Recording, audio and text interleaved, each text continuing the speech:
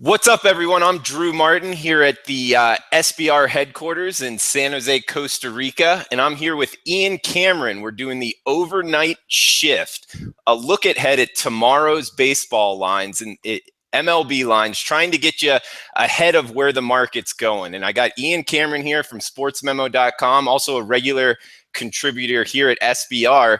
Ian, how you doing today? I'm doing great, Drew, and it's going to be a great show because we're going to talk about the lines as they open, try to get you ahead of the curve, try to predict maybe where some of these games might move in terms of line movements, give us initial gut reaction opinions on these games. We're going to pick a few games, not go through every game on the card, but a few games from the card each day that stand out to us. And I'm looking forward to it 3 times a week, Drew, and it's good to be with you.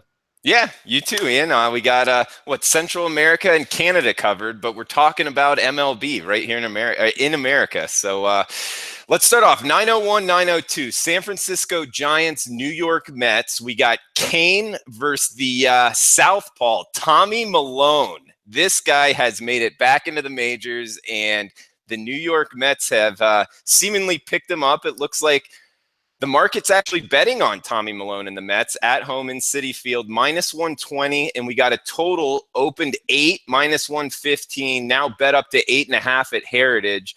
Wager Web is also showing an 8.5. By the way, I'm looking at SBR odd screen right now. So, Ian, you got anything on the San Francisco Giants, New York Mets tomorrow day game? Yeah, interesting matchup here. I'll tell you what, Tommy Milone, he just keeps falling up off a turnip truck, and he keeps getting picked up by certain teams. I mean, it's unbelievable. It's almost like the homeless guy when he falls off the turnip truck. You probably should just leave him alone, let him be, let him do his own thing. You can't help him. He can only help himself, and he certainly can't help you. And now Tommy Milone is back here with the New York Mets here, and it's just an absolute disaster here. That another team has given him a chance because Tommy Milone has been just a disaster area all season long, been lit up repeatedly when he was with the Milwaukee Brewers. Now the Mets pick him up. You've got two guys here, and you've got two guys that I certainly don't trust. I mean, Matt Cain's ERA on the road this season for the Giants, 8.59. Malone's been hit repeatedly. The Giants don't show any sort of massive or sharp split in terms of righties versus lefties. So I do expect them to plate some runs. Early gut feel here in this game, Drew. It's an early game. I don't love these afternoon getaway day type overs often, but I don't know how you make a case for under the total with these two on the mound.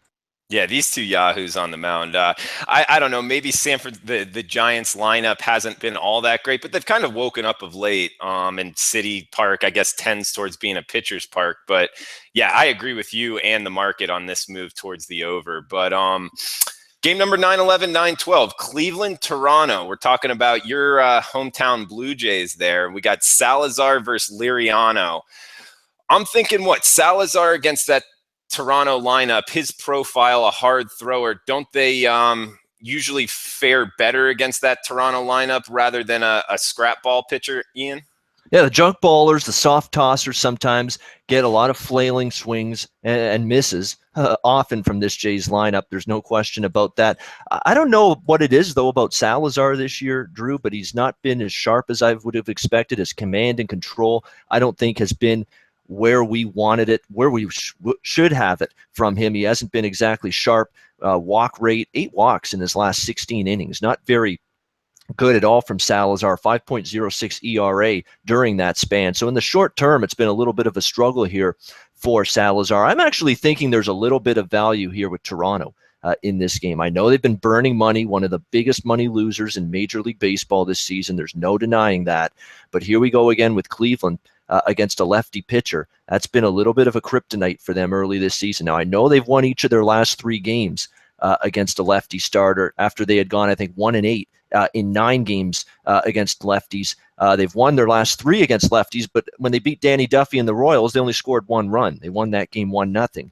When they beat Jason Vargas and the Royals, they only won 3-1, only put up 3 runs in that game. When they beat Matt Boyd and the Detroit Tigers, another lefty, they only won that game 3-2. So it's not like this team is plating runs in bunches against Southpaws. And you look at the splits, Indians, 207 team batting average against lefties, 2.4 runs per game against Southpaws. Not exactly great. And Liriano here at Rogers Center, he's sort of gotten comfortable with this ballpark. 1.5 ERA at Rogers Center, 3 runs allowed in 17 innings pitched at home, 7 walks, 22 strikeouts, swings and misses have been there for Liriano here at home. A little bit of dog value perhaps on Toronto, and don't look now, but they won the finale against Tampa, won the first game of their series against Cleveland on Monday night.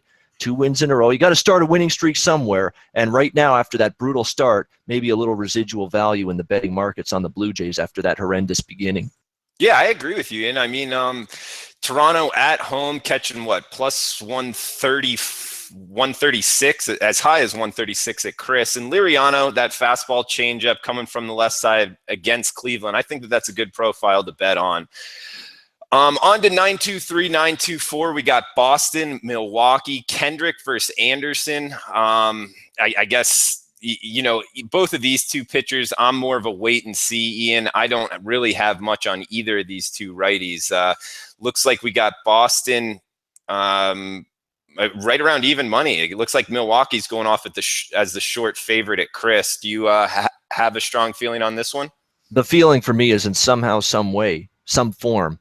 I'm going against Kendrick here. Kyle Kendrick doesn't belong in a major league rotation. His AAA numbers. This is AAA at Pawtucket with the Boston Red Sox. A 6 ERA, a 30-some% ground ball rate. Just dreadful. Not just mediocre. Dreadful numbers in AAA for Kyle Kendrick, and it carried over to his first start with the Boston Red Sox after he got called up, faced the Baltimore Orioles promptly, and very, very, very, very, very unexpectedly got hammered in that game. Just was a disaster. Didn't pitch deep into that ball game either. 6 runs, 8 hits, 4 innings of work against Baltimore. A home run allowed, more walks than strikeouts. This is a guy that could get absolutely mashed here, I think, by this Milwaukee lineup. And this is a home run hitting lineup. VR can hit home runs. We know what Eric Thames has done this year. Incredible home run hitter. Braun can hit a home run against him. This is an offensive team, Milwaukee, that's been a lot better than people thought. I think they can mash Kendrick. Anderson's just too erratic for me. It's weird. I mean, he's been good at times. He's shown flashes of brilliance even at times. And then he's got absolutely hammered.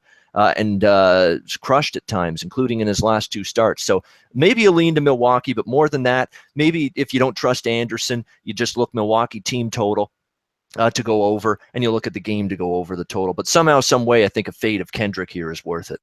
Okay. I love that you're bringing in the Pawtucket stats. Those are always useful at the major league level, really. I mean, he's getting crushed down there. So, it's a par for the course that in that first outing against Baltimore, he was just as bad. Yep.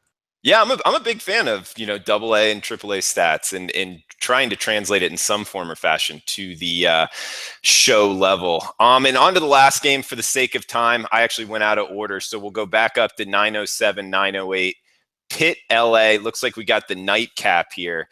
Opened LA as a huge favorite, minus 220, minus as high as 239 at Just Bet. And Pitt's throwing Cole, and LA is throwing Medea. So you got any feeling on this one? Well, with there's Chad Cole, cool. I'm not sure, but if it's cool, it's cool. Yeah. It is cool. Yeah. Okay. There's nothing. No problem. But Chad Cool, there's nothing cool about the way he's pitching. I don't like this guy one bit. 5.54 ERA so far this season. Not great numbers at all for Chad Cool. I mean, look at his last several starts. Not good at all.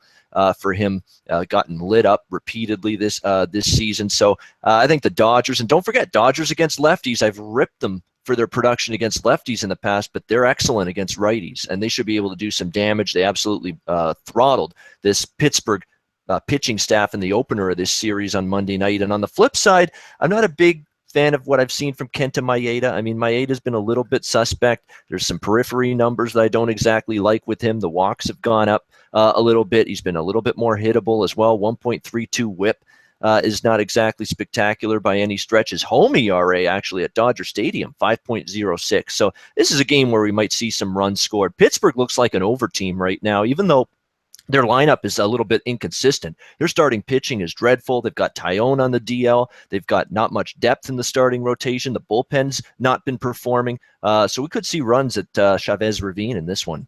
Yeah, well, Ian, let me ask you real quick about tonight. Nova, do you like him for Pitt?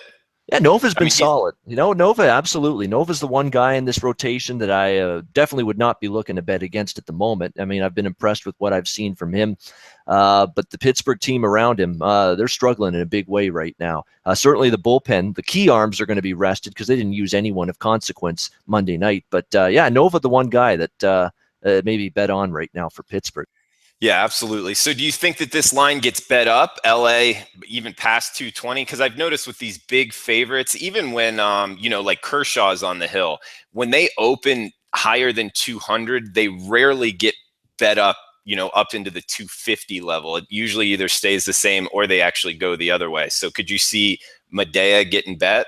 Well, in the case of last night with Alex Wood on the mound, I saw a trickle of upward money on the Dodgers. It did move up a little bit, but not a ton, especially the run line. If you like the Dodgers -1.5 on the run line, that price came down. I think it was around +120 at one point, and it closed close to even money. So there was Dodgers support, some Dodgers money, and there probably will be a little bit here in this game. But Maeda probably not going to attract maybe quite as much. So maybe a slight trickle of LA money, but not a ton. Okay. No, and great call. It looks like it opened 220 and got trickled up higher than 230 at most spots on Alex Wood. So yeah, good call on that, Ian. And not a lot of love for Pittsburgh right now. Nope. No, none at all.